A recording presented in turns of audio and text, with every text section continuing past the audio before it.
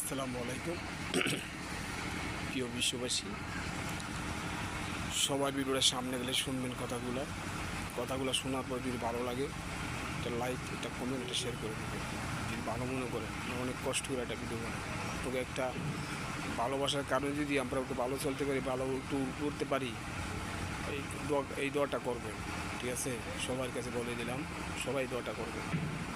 এই কথা হইল কি জানেন, বাবা মা ছেলে মেয়ে অনেক কষ্ট করে কিন্তু লালন পালন করে কিন্তু বড় বানায় না। তো এমন সবার জন্যই ধাপে ধাপে সবাই এক সমান। তো এখন এই বাবা মার খেদমত সবাই করতে চাবেন। ছোট থেকেই বড় করিয়া লালন করে বাবা মায় ছেলে মেয়েদের ভালোবাসা পাওয়ার জন্য, তাই না? তো কেউই মা বাবাকে অযত্নতে রাখবেন না, অযত্ন করবেন না, কষ্ট দিবেন না। বাবা মাকে ভালোবাসা দিয়ে রাখবেন, ভালোবাসার ভিতরে রাখবেন। এই সবাই কিন্তু এই পর্যায়ে চলে যাবেন। ক্ষেতের ইটা কিন্তু ক্ষেত্রে দিলেই ভাঙে, ক্ষেতের তো বাইরে নেওয়া কিন্তু আর ভাঙে না।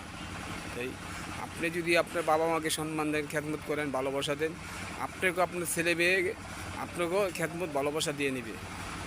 আপনি যদি সে বাবা মারে অযত্ন করেন, ছেলে মেয়ে দেখে ছেলে মেয়ে বলবে কি, আমার বাবা মা আমার দাদি বুয়ারে খেদমত করে নেই, ভালোবাসা দেয়।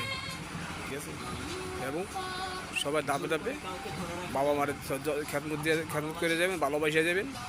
ঠিক আছে, ভিডিও এই পর্যন্ত শেষ। ভালো থাকেন সবাই, লাইভ শেয়ার ফলো করবেন যদি ভিডিওটা ভালো লাগে, কথাগুলো ভালো মনে করেন।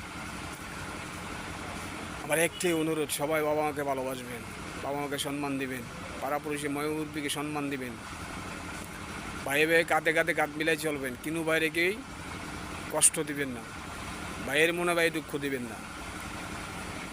এই দুনিয়াটা কিন্তু চিরস্থায়ী না, অস্থায়ী ঠিকানা নিয়েছেন, চিরস্থায়ী থাকতে পারবেন না।